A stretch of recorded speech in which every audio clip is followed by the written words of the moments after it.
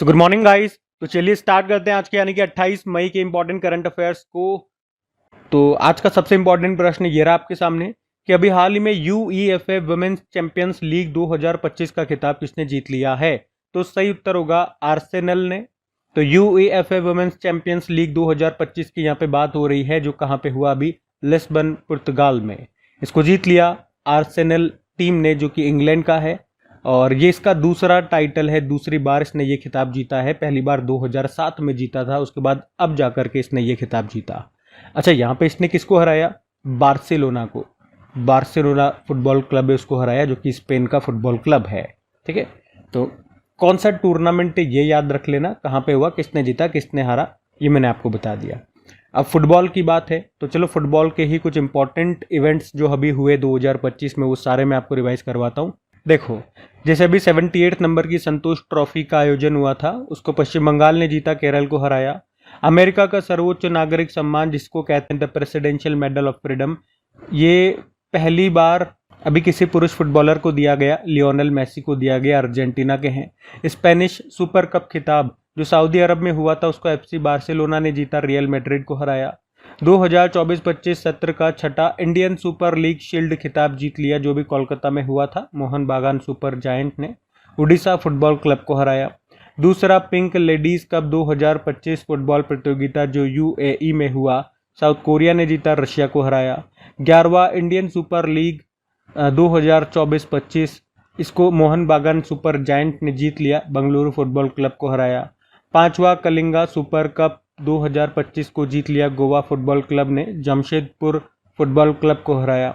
और अभी हमने पढ़ा था कुछ दिन पहले यूईएफए यूरोपा लीग फाइनल 2025 जो स्पेन में हुआ, उसको टॉटेनहम हॉटस्पर ने जीत लिया, मैनचेस्टर यूनाइटेड को हराया। और अभी ला लीगा 2025 का खिताब भी जीत लिया किसने? एफसी बार्सिलोना ने। उसमें कौन हारा था? एस्पेनियोल फुटबॉल क्लब। ठीक है, ये सारे 2025 के इवेंट है फुटबॉल से संबंधित। एक ये शीट भी आप देख लो, इसमें हम बात कर रहे हैं फीफा वर्ल्ड कप की। अगर वुमेन्स वाले में देखेंगे तो अगला जो होगा वो 2027 में होगा, 10वां संस्करण ब्राजील में होगा। और मेंस वाले में अगर बात करोगे तो अगला 23वां संस्करण 2026 में होगा। कहाँ कहाँ? 3 देशों में होगा, कनाडा, मैक्सिको और अमेरिका में।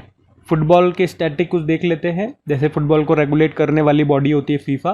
फीफा की स्थापना होती है 1904 में, हेडक्वार्टर ज्यूरिख स्विट्जरलैंड में, प्रेसिडेंट है गियानी इन्फेनिटो।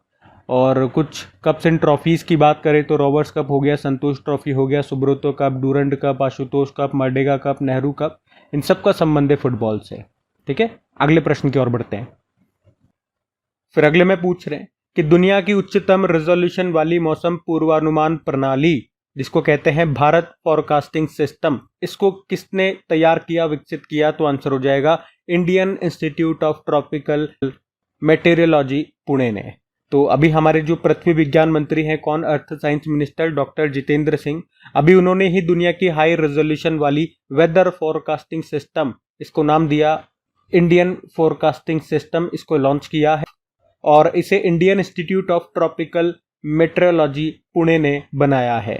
इसमें सुपर कंप्यूटर आर्का का इस्तेमाल किया जाएगा। ये जरूर याद रखना किस सुपर कंप्यूटर का इसमें इस्तेमाल होगा, आर्का। अच्छा, मौसमी क्षेत्र में हाई रेजोल्यूशन का क्या मतलब हो गया? तो मौसम क्षेत्र में हाई रेजोल्यूशन का मतलब हो गया वह ग्रिड का एरिया जिसमें मौसम के बारे में अनुमान या फोरकास्ट किया जाता है। तो जितना स्मॉल ग्रिड होता है उतना ज्यादा हाई रेजोल्यूशन माना जाता है। पहले भारत में 12 बाय 12 किलोमीटर की ग्रिड का इस्तेमाल किया जाता था, जिससे सटीक अनुमान लगाना मुश्किल होता था। और अब जो हम यूज करेंगे वो दुनिया का highest resolution weather forecast system है। इसके तहत 6 बाय 6 किलोमीटर की ग्रिड का इस्तेमाल किया जाएगा। आपको बता दूं, यूरोप हो गया, अमेरिका या यूके में 9 से लेके 14 किलोमीटर की ग्रिड का इस्तेमाल किया जाता है।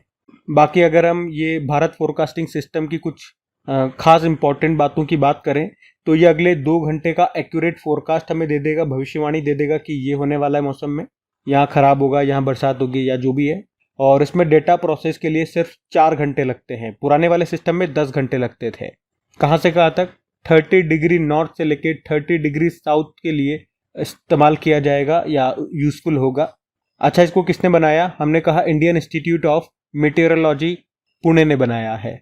तो इसकी स्थापना होती है 1962 में, हेडक्वार्टर पुणे महाराष्ट्र, और डायरेक्टर कौन है? आर कृष्णन है। ये अर्थ साइंस मिनिस्ट्री के अंतर्गत काम करने वाली एक संस्था है। ठीक है, तो याद रखना प्रश्न क्या था वैसे हमारा, दुनिया का उच्चतम हाईएस्ट रेजोल्यूशन वाली मौसम पूर्वानुमान प्रणाली यानी कि वेदर फोरकास्टिंग सिस्टम का नाम क्या है? भारत फोरकास्टिंग सिस्टम है। ठीक है, ध्यान रखना। ये अगला प्रश्न देखते हैं। फिर अगले में पूछ रहे, हाल ही में 100% रेल मार्ग को विद्युतीकरण करने वाला 24वां राज्य अभी कौन सा बन गया? तो आंसर होगा गुजरात। तो अभी गुजरात ये रेल पटरियों का 100% विद्युतीकरण, इलेक्ट्रिफिकेशन करने वाला देश का 24वां राज्य बन गया है। प्रधानमंत्री नरेंद्र मोदी जी ने गुजरात के दाहोद में दाहोद इलेक्ट्रिक लोकोमोटिव फैक्ट्री का उद्घाटन किया, उसी दौरान इसकी घोषणा की है। और ये दाहोद इलेक्ट्रिक लोकोमोटिव फैक्ट्री की स्थापना भारतीय रेलवे ने सीमेंस के सहयोग से मालगाड़ियों के लिए भारत का पहला 9000 हॉर्स पावर लोकोमोटिव इंजन बनाने के लिए किया है। अब इसी से संबंधित कुछ इंपॉर्टेंट फैक्ट्स मैं आपको बता रहा हूं, ध्यान से सुनना, कि भारत की पहली विद्युत चलित ट्रेन ये 1925 में मुंबई से ठाणे तक चली थी। पहली पंचवर्षीय योजना कब से कब तक थी? 1951 से 56 तक। तो उस दौरान केंद्र सरकार ने देश के 141 किलोमीटर रेल मार्गों को विद्युतीकृत करने का लक्ष्य रखा था। रेल विद्युतीकरण के लिए यानी कि इसके इलेक्ट्रिफिकेशन के लिए भारतीय रेलवे ने केंद्रीय रेलवे विद्युतीकरण संगठन की स्थापना की थी, जिसका मुख्यालय आपको मिलेगा उत्तर प्रदेश के प्रयागराज में। भारतीय रेलवे के पूर्ण विद्युतीकरण का लक्ष्य 2025-26 है और भारतीय रेलवे के शुद्ध शून्य कार्बन उत्सर्जन का लक्ष्य है 2030। और बाकी आप जानते हो कि भारत का शुद्ध शून्य कार्बन उत्सर्जन का लक्ष्य ये 2070 है। फरवरी 2025 के अंत तक देश में 98.83% रेल मार्ग का इलेक्ट्रिफिकेशन हो चुका है। और वैसे विश्व में भारत से आगे केवल स्विट्जरलैंड है जिसने अपने 99% रेल मार्गों का इलेक्ट्रिफिकेशन कर लिया है। इसके अलावा रेलवे से कुछ संबंधित और प्रश्न मैं आपको कराऊं। आप जानते ही हो रेल मंत्री तो अश्विनी वैष्णव हैं।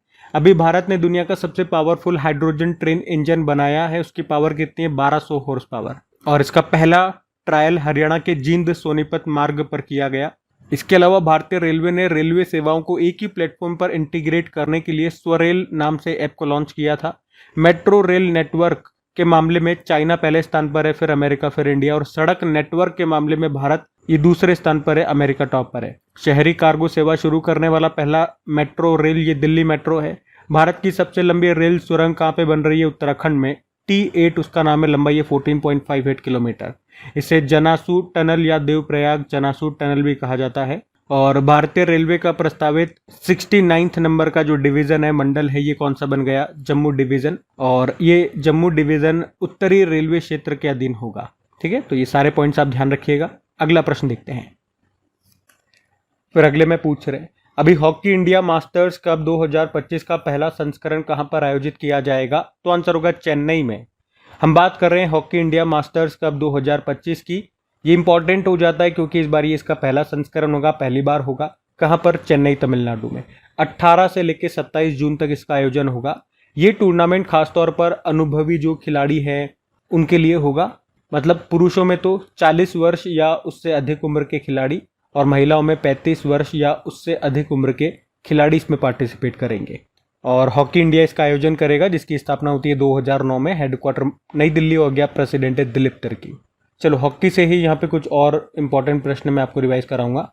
ये सारे 2025 वाले रिवाइज करा रहा हूँ मैं। अगर बात करते हैं हम कि अभी हॉकी इंडिया लीग 2024-25 की, तो इसमें जो मेंस वाला जो खिताब था, मेंस वाला जो लीग था, वो राउरकेला उड़ीसा में हुआ था। उसको सार्ची रार बंगाल टाइगर ने जीता, हैदराबाद तूफान को हराया था। और महिलाओं का जो हुआ था टूर्नामेंट, वो रांची झारखंड में हुआ था। उसको उड़ीसा वॉरियर ने जीता, सूरमा हॉकी क्लब को हरा के। 7वां हॉकी इंडिया अवार्ड की अभी घोषणा की गई थी। उसमें एक तो best player of the year का याद रख लो, मेंस में हरमनप्रीत सिंह रहे और वुमेन्स में बेस्ट प्लेयर कौन रही? सविता पुनिया। और जो best player of the year होते हैं, चाहे मेंस हो चाहे वुमेन्स हो, उनको कौन सा अवार्ड दिया जाता है? Balbir Singh senior award. अभी 15वां हॉकी इंडिया सीनियर महिला राष्ट्रीय चैंपियनशिप 2025 हुआ था पंचकुला हरियाणा में। झारखंड ने उसको जीता था, हरियाणा को हराया था। और 15वां hockey India senior men's national championship ये हुआ था उत्तर प्रदेश के झांसी में। उसको पंजाब ने जीता, मध्य प्रदेश को हराया था। मतलब ऊपर वाला महिलाओं का है, ये नीचे वाला पुरुषों का है। उसके अलावा अभी FIH जूनियर पुरुष हॉकी वर्ल्ड कप 2025 अभी 14वां संस्करण होगा, भारत में होगा तमिलनाडु में इस साल अक्टूबर नवंबर में। और इसी साल 12वां men's Asia cup hockey tournament भी होगा, भारत में ही होगा, राजगीर बिहार में, अगस्त सितंबर में होगा। अभी याद रखना 2026 में जो FIH men's hockey world cup है ये बेल्जियम और नीदरलैंड में होगा। और हॉकी की एक प्लेयर है वंदना कटारिया, इन्होंने अभी अपने खेल से रिटायरमेंट ले लिया था, तो इनका नाम भी याद रखना। उसके अलावा अगर इंटरनेशनल हॉकी फेडरेशन की बात करें, स्थापना होती है 1924 में, हेडक्वार्टर लुज़ेर्न स्विट्जरलैंड, हेड है मोहम्मद तैयब इकराम। 1928 में भारत इसका सदस्य बनने वाला पहला एशियाई देश बना था। हॉकी इंडिया की हमने बात कर ली है। और एशियन हॉकी फेडरेशन का मुख्यालय कुआलालंपुर मलेशिया में है। हॉकी से संबंधित कुछ कप्स एंड ट्रॉफीज भी देख लो। अजलान शाह कप हो गया, आगा खां कप हो गया, ध्यानचंद कप हो गया, रंगास्वामी कप हो गया, सिंधिया कप हो गया, Ranjit Singh cup, Beighton cup, Indira cup, इन सब का संबंध है हॉकी से। ये सब ध्यान में रखना। अगला प्रश्न देखते हैं। फिर अगले में पूछ रहे हैं कि हाल ही में प्रोफेसर RP बम्बा का निधन हो गया, वे किस क्षेत्र से संबंधित थे? तो आंसर होगा गणित। तो अभी हाल ही में भारत के प्रसिद्ध मैथमेटिशियन प्रोफेसर RP बम्बा का 99 वर्ष की उम्र में निधन हो गया। वे गणित में नंबर थ्योरी और डिस्क्रीट ज्योमेट्री पर काम कर रहे थे और वे 1969 में इंडियन मैथमेटिकल सोसाइटी के प्रेसिडेंट भी रह चुके हैं। वे जम्मू कश्मीर से संबंध रखते हैं, मतलब जम्मू से रहने वाले हैं वो। और निधन हो गया अभी। 1979 में रामानुजन पुरस्कार, रामानुजन मेडल उनको मिल चुका है। 1988 में पद्म भूषण मिल चुका है। 1988 में ही इंडियन नेशनल साइंस एकेडमी के द्वारा आर्यभट्ट मेडल भी उनको दिया गया था। लेकिन अभी निधन हो गया, तो नाम याद रखना, RP बम्बा उनका नाम है। और निधन वाला प्रश्न है, तो चलो 2025 में कुछ इंपॉर्टेंट व्यक्तियों के जिनके निधन हुए वो मैं आपको रिवाइज कराऊं। जैसे कि अभी रोमन कैथोलिक चर्च के प्रमुख पॉप फ्रांसिस का निधन हुआ था। वो अर्जेंटीना से बिलोंग करते थे। अभी नए पॉप कौन बन गए हैं? पॉप बनने वाले वो अमेरिका के पहले व्यक्ति हैं, तो उनका नाम बताइए, क्या नाम है उनका? बाकी डॉक्टर कृष्ण स्वामी कस्तूरी रंगन इसरो के 5वें अध्यक्ष थे, वो 5वें नंबर के। और अभी तो वैसे इसरो के 11वें नंबर के अध्यक्ष V नारायणन बन गए हैं, तो ये 5वें नंबर के थे। न्यू एजुकेशन पॉलिसी 2020 इन्हीं की सिफारिश पर लाई गई थी। कस्तूरी रंगन समिति पढ़ते हैं आप कई बार, इनका निधन हो गया। दुनिया की सबसे उम्रदराज महिला का भी निधन हो गया। इना केना बारो इनका नाम है, ब्राजील से थी। अच्छा यूं बताओ, अभी सबसे उम्रदराज महिला इनके बाद कौन बन गई है? वो हम पढ़ चुके हैं। भारत में एंजियोप्लास्टी के जनक डॉक्टर मैथ्यू सैमुअल का भी निधन हो गया, केरल से हैं। योग साधक बाबा शिवानंद का 128 वर्ष की आयु में निधन हो गया। पद्मश्री मिला था 2022 में। ICMR के पूर्व अध्यक्ष डॉक्टर सुब्बत्रा अय्यप्पन का निधन हो गया, 2022 में पद्मश्री मिला। मिलिंद रेगे, एनसाइक्लोपीडिया ऑफ मुंबई क्रिकेट इनको कहा जाता है, निधन हो गया। ओडिसी नृत्य के जनक मायाधर राउत का निधन हो गया। कुमुदनी लाखिया कथक से संबंध रखती हैं, गुजरात से हैं। और 2025 में पद्म विभूषण मिला था, तो हमारे लिए सबसे ज़्यादा इंपॉर्टेंट नाम यही होगा, निधन हो गया। दुनिया के सबसे उम्रदराज टेस्ट क्रिकेटर रॉन ड्रेपर का निधन हो गया, वे साउथ अफ्रीका से थे। तो ये सब ध्यान में रखना। अगला प्रश्न देखते हैं। फिर अगले में पूछ रहे कि अभी हाल ही में 100 ATP टूर खिताब जीतने वाले दुनिया के तीसरे पुरुष खिलाड़ी कौन बन गए? तो आंसर होगा नोवाक जोकोविच। ATP का फुल फॉर्म होता है एसोसिएशन ऑफ टेनिस प्रोफेशनल। तो सर्बिया के टेनिस प्लेयर है नोवाक जोकोविच, ये तो आप सब जानते होंगे, जिन्होंने अभी जेनेवा ओपन 2025 खिताब को जीता। और उसके बाद वे दुनिया के तीसरे पुरुष टेनिस प्लेयर बन गए जिन्होंने टोटल 100 ATP टूर टाइटल जीत लिए हैं। उनसे पहले 2 खिलाड़ी कौन रह चुके हैं, अगर ये तीसरे ऐसा करने वाले खिलाड़ी बन गए तो उनसे पहले 2 हैं, जिमी कॉनॉर्स, वो अमेरिकी हैं, और रॉजर फेडरर का नाम तो आप सब जानते होंगे, वो स्विट्जरलैंड के टेनिस प्लेयर हैं। और अब नोवाक जोकोविच, ये 3 पुरुष टेनिस प्लेयर हैं जो 100 ATP टूर टाइटल जीत चुके हैं। नोवाक जोकोविच से आपको 2-3 पॉइंट और याद रखना है, जैसे कि सबसे ज़्यादा ग्रैंड स्लैम जीतने वाले पुरुष खिलाड़ी यही है, 24 बार जीत चुके हैं। और 2008 में बीजिंग ओलंपिक में ब्रोंज जीता था, और अभी 2024 में पेरिस ओलंपिक में गोल्ड इन्होंने जीता था। बाकी टेनिस की बात करोगे तो साल में 4 ग्रैंड स्लैम होते हैं। कौन कौन से? Australian open, French open, Wimbledon open और US ओपन। और ये कई बार एग्जाम में आ जाता है कि कौन सा ग्रैंड स्लैम किस कोर्ट पे होता है, तो याद रखना ऑस्ट्रेलियन ओपन और US ओपन हार्ड कोर्ट पे होता है, और फ्रेंच ओपन क्ले कोर्ट पे होता है, और विंबलडन ग्रास कोर्ट पे होता है। अभी ऑस्ट्रेलियन ओपन हो चुका है खाली, तो उसको देख लो। मेन सिंगल इसमें जेनिक सिनर ने जीता, इटली के हैं, और वुमेन सिंगल मेडिसन कीज ने जीता, वो अमेरिकी हैं। और अभी एक खिलाड़ी हैं सिमोना हालेप, उनका नाम भी याद रखना, रोमानिया की टेनिस प्लेयर है, इन्होंने अपने खेल से संन्यास ले लिया है। ठीक है, अगला प्रश्न देखते हैं। फिर अगले प्रश्न में पूछ रहे हैं, अभी पहली cherry cargo train Jammu Kashmir से किस शहर तक चलेगी? तो आंसर होगा मुंबई। तो जम्मू कश्मीर से मुंबई के लिए पहली चेरी कार्गो ट्रेन ये 3 जून को चलेगी। इस ट्रेन के माध्यम से जम्मू कश्मीर से चेरी को मुंबई तक पहुंचाया जाएगा और इस ट्रेन को यात्रा करने में 30 मिनट का समय लगेगा और इस मालगाड़ी के माध्यम से 24 टन माल जम्मू कश्मीर से मुंबई तक पहुंचाया जाएगा और माल में क्या है? चेरी। तो ये ध्यान में रखना। आपको याद है अभी भारत में पहली विस्टाडोम ट्रेन सफारी भी शुरू हुईगी, कहाँ पे? उत्तर प्रदेश में।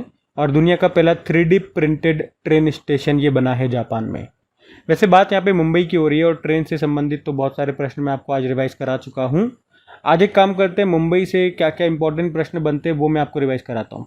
तो देखो, अभी प्रधानमंत्री नरेंद्र मोदी ने मुंबई में भारत की सबसे लंबी और बड़ी शहरी सुरंग परियोजना की नींव रखी है। कहाँ पे? ठाणे और बोरीवली के बीच में, जिसे ठाणे बोरीवली ट्विन टनल कहते हैं। इसकी लंबाई है 11.8 किलोमीटर और ये tunnel Sanjay Gandhi national park के नीचे बन रही है। अभी रणजी ट्रॉफी 2023-24 का खिताब मुंबई ने जीता था, विदर्भ को हराया था। और ईरानी कप 2024 को भी मुंबई ने जीता, शेष भारत को हराया। और माइंडफुल इंडिया समिट 2024 का आयोजन हुआ था मुंबई में। देश का पहला महिला रेलवे स्टेशन ये है माटुंगा रेलवे स्टेशन, मुंबई में मिलेगा। टाइम मैगजीन ने 2024 के विश्व के सबसे महान स्थानों की सूची में 3 भारतीय स्थानों को शामिल किया था, उसमें से एक मुंबई का है। मुंबई में म्यूजियम ऑफ सॉल्यूशन। बाकी 2 कहाँ से हैं? हैदराबाद और हिमाचल प्रदेश से। अभी मुंबई की 16 वर्षीय जिया रॉय इंग्लिश चैनल को पार करने वाली दुनिया की सबसे कम उम्र की और सबसे तेज पैरा तैराक बनी। मोदी जी ने भारतीय कौशल संस्थान का उद्घाटन किया था मुंबई में। देश के पहले CSIR मेगा इनोवेशन कॉम्प्लेक्स का उद्घाटन किया गया मुंबई में। पहला वेव्स समिट अभी हो चुका है मुंबई में, पहली बार भारत में हुआ। मानव निर्मित द्वीप पर बनने वाला देश का पहला अपतटीय हवाई अड्डा कहाँ पर शुरू होगा? मुंबई में। भारत कॉलिंग कॉन्फ्रेंस 2025 हुआ मुंबई में। पहले राष्ट्रीय समुद्री खेल 2025 कहाँ हुए? मुंबई में। उसके अलावा देश का पहला भारतीय रचनात्मक प्रौद्योगिकी संस्थान ये कहाँ पर शुरू होगा? मुंबई में। भारत का सबसे बड़ा अंतर्राष्ट्रीय क्रूज टर्मिनल कहाँ पर लॉन्च किया गया? मुंबई में। छठा इंडिया स्टील 2025 का आयोजन हुआ मुंबई में। तटीय राज्य मत्स्य सम्मेलन 2025 हुआ मुंबई में। और इसी दौरान व्यास NAV नाम से एक मोबाइल ऐप लॉन्च किया गया, जिसकी मदद से 5वीं समुद्री जनगणना को भी शुरू किया गया। पहले वेव्स शिखर सम्मेलन हमने पढ़ लिया, ये भी मुंबई में हुआ। तो ये मुंबई से सारे इंपॉर्टेंट करंट अफेयर्स के प्रश्न मैंने आपको रिवाइज करवा दिए, ध्यान में रखना। अच्छा, ये 2 पॉइंट और देखो जरा, क्या है कि मुंबई किस द्वीप पर स्थित है? सालसेट द्वीप पर। और किस नदी के मुहाने स्थित है? तो उल्हास नदी के मुहाने, ये भी ध्यान रखना। अगला प्रश्न देखते हैं। फिर अगले में पूछ रहे हैं कि हाल ही में कृषि उद्योग समागम 2025 का आयोजन ये कहाँ पे किया जा रहा है? तो आंसर होगा मध्य प्रदेश में। तो अभी वाइस प्रेसिडेंट हैं जगदीप धनखड़ जी, उनके द्वारा नरसिंहपुर मध्य प्रदेश में कृषि उद्योग समागम 2025 समिट का उद्घाटन किया गया। यह 3 दिवसीय सम्मेलन है और इसका आयोजन 26 से लेकर 28 मई तक हुआ और उद्देश्य था राज्य के एग्रीकल्चरल सेक्टर को मॉडर्नाइज करना, इंडस्ट्री से जोड़ना और कृषि क्षेत्र में इन्वेस्टमेंट को बढ़ावा देना। तो इस सम्मेलन में मॉडर्न कृषि उपकरणों, नई खेत से जुड़ी तकनीकों और फूड प्रोसेसिंग के बारे में जानकारी दी गई। तो ये ध्यान में रखना। अच्छा, इसमें मैं आपको कुछ इंपॉर्टेंट समिट्स यहाँ पे रिवाइज कराऊंगा। ये सारे इंपॉर्टेंट समिट्स है, सम्मेलन है। देखो जरा, अगर पूछे ग्लोबल इन्वेस्टर समिट का उद्घाटन मोदी जी ने कहाँ पे किया? भोपाल में। नवा एशियाई आर्थिक वार्ता ये हुई पुणे में। कार्बन बाजार पर पहला अंतर्राष्ट्रीय सम्मेलन प्रकृति हुआ नई दिल्ली में। संयुक्त राष्ट्र की महिला शांति सैनिकों के लिए पहला सम्मेलन हुआ नई दिल्ली में। 98 नंबर के अखिल भारतीय मराठी साहित्य सम्मेलन का आयोजन हुआ नई दिल्ली में। मोबाइल वर्ल्ड कांग्रेस का आयोजन स्पेन के बार्सिलोना में हुआ। बिम्स्टेक यूथ समिट का आयोजन हुआ गांधीनगर गुजरात में। 14वां एशियाई मत्स्य पालन और जलीय कृषि फोरम की बैठक हुई भारत के नई दिल्ली में। 12वां वर्ल्ड गवर्नमेंट समिट हुआ दुबई UAE में। और वेव्स समिट हमने पढ़ लिया, अभी मुंबई में हुआ भारत में पहली बार। सब ध्यान में रखना। अगला प्रश्न देखते हैं। फिर अगले में पूछ रहे हैं हाल ही में इंटरनेशनल मिसिंग चिल्ड्रन डे ये कब मनाया गया? तो आंसर हो जाएगा 25 मई को। तो हर साल 25 मई को इंटरनेशनल मिसिंग चिल्ड्रन डे के रूप में मनाया जाता है, ये आप ध्यान में रखेंगे। और चिल्ड्रन से ही 2-3 दिवस आपको और याद आएंगे। एक तो नेशनल चिल्ड्रन डे, ये तो हम सभी जानते हैं 14 नवंबर को होता है। एक वर्ल्ड चिल्ड्रन डे भी होता है, ये 20 नवंबर को होता है। और एक होता है वीर बाल दिवस, वो होता है 26 दिसंबर को।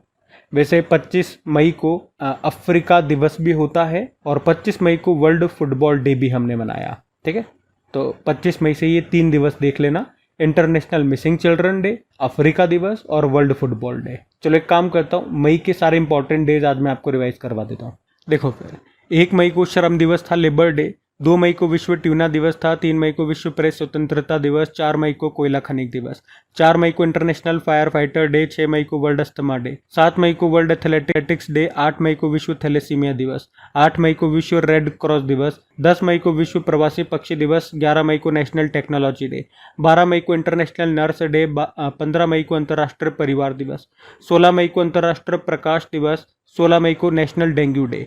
17 मई को विश्व दूरसंचार दिवस, टेलीकम्युनिकेशन डे। 17 मई को विश्व उच्च रक्तचाप दिवस, वर्ल्ड हाइपरटेंशन डे। 18 मई को वर्ल्ड एड्स वैक्सीन डे। 20 मई को वर्ल्ड बी डे, मधुमक्खी दिवस। 21 मई को राष्ट्रीय आतंकवाद विरोधी दिवस। 21 मई को अंतर्राष्ट्रीय चाय दिवस और 22 मई को अंतर्राष्ट्रीय जैव विविधता दिवस, बायोडाइवर्सिटी डे के रूप में मनाया था। और 23 मई को विश्व कछुआ दिवस मनाया हमने। तो मई के सभी इंपॉर्टेंट डेज इनको ध्यान में रखना। अगला प्रश्न देखते हैं। फिर अगले में पूछ रहे हैं कि अभी ऑडी इंडिया का ब्रांड एम्बेसडर किसे बनाया गया, तो आंसर हो जाएगा नीरज चोपड़ा को। तो हमारे ओलंपिक चैंपियन जेवेलिन थ्रोवर भाला फेंक खिलाड़ी नीरज चोपड़ा है, इनको अभी ऑडी इंडिया का ब्रांड एम्बेसडर बनाया गया है। अब जब भी ब्रांड एम्बेसडर वाला प्रश्न आता है तो जो अभी इस साल में जो भी ब्रांड एम्बेसडर से संबंधित प्रश्न थे वो मैं आपको रिवाइज कराता हूँ। तो देखो फिर, जैसे कि अगर बात करते हैं, यूनाइटेड नेशन रेफ्यूजी एजेंसी के गुडविल एम्बेसडर बने थे थियो जेम्स, यूके के एक्टर हैं। यूनिसेफ इंडिया की करीना कपूर खान बनी। यूरोग्रिप टायर के महेंद्र सिंह धोनी। और डेनिम ब्रांड है लेविस, उसके बने दिलजीत दोसांझ। फेडरल बैंक की विद्या बालन, फ्रांस की नारिका कंपनी की बनी थी साइना नेहवाल, बैडमिंटन प्लेयर है। अंधेपन से लड़ने के लिए विजन 2020 इंडिया का सद्भावना राजदूत बनाया गया कृष्णमाचारी श्रीकांत को।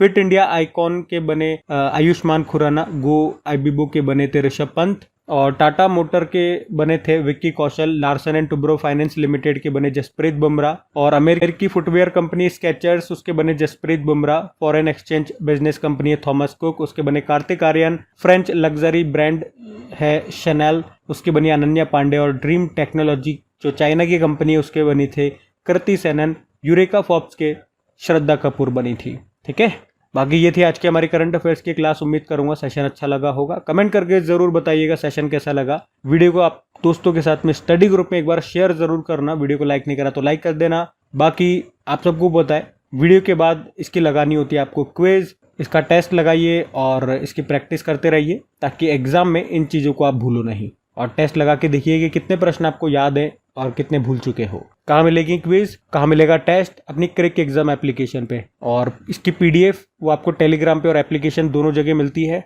इसका लिंक नीचे डिस्क्रिप्शन बॉक्स में है। और एप्लीकेशन को डायरेक्ट आप गूगल प्ले स्टोर से भी इंस्टॉल कर सकते हो। बाकी चलो अभी कल के करंट अफेयर्स का क्विक रिविजन कर लेते हैं और सेशन करते हैं। तो कल पहला प्रश्न पूछा था कि 78वें कांस फिल्म फेस्टिवल में पाल्मे डी'ओर अवार्ड किसने जीता? जफर पनाही ने जीता। फिर पूछा खेलो इंडिया बीच गेम्स 2025 में टॉप पे रहा मणिपुर। किस आईआईटी ने मशरूम के कचरे से वेस्ट वाटर ट्रीटमेंट की नई तकनीक विकसित की है? आईआईटी गुवाहाटी। मोनाको में फॉर्मूला 2 रेस जीतने वाले पहले भारतीय बन गए कुश मैनी। यशोदा एआई अभियान किसके द्वारा शुरू किया गया? राष्ट्रीय महिला आयोग। वर्ल्ड फुटबॉल डे मनाया गया 25 मई। और ब्रिक्स के न्यू डेवलपमेंट बैंक का नया सदस्य 9वें नंबर का बन गया अल्जीरिया। और नीति आयोग के सीईओ के अनुसार भारत किस देश को पछाड़कर दुनिया की चौथी सबसे बड़ी अर्थव्यवस्था बन गया? जापान। डीआरडीओ के प्रमुख का कार्यकाल 1 साल के लिए बढ़ा दिया गया, उनका नाम क्या है? समीर वी कामत। मलेशियाई मास्टर्स बैडमिंटन चैंपियनशिप 2025 में किदाम्बी श्रीकांत ने कौन सा पदक जीता? रजत पदक, सिल्वर मेडल। चलो कल का भी होमवर्क प्रश्न देखते हैं और सेशन एंड करते हैं फिर।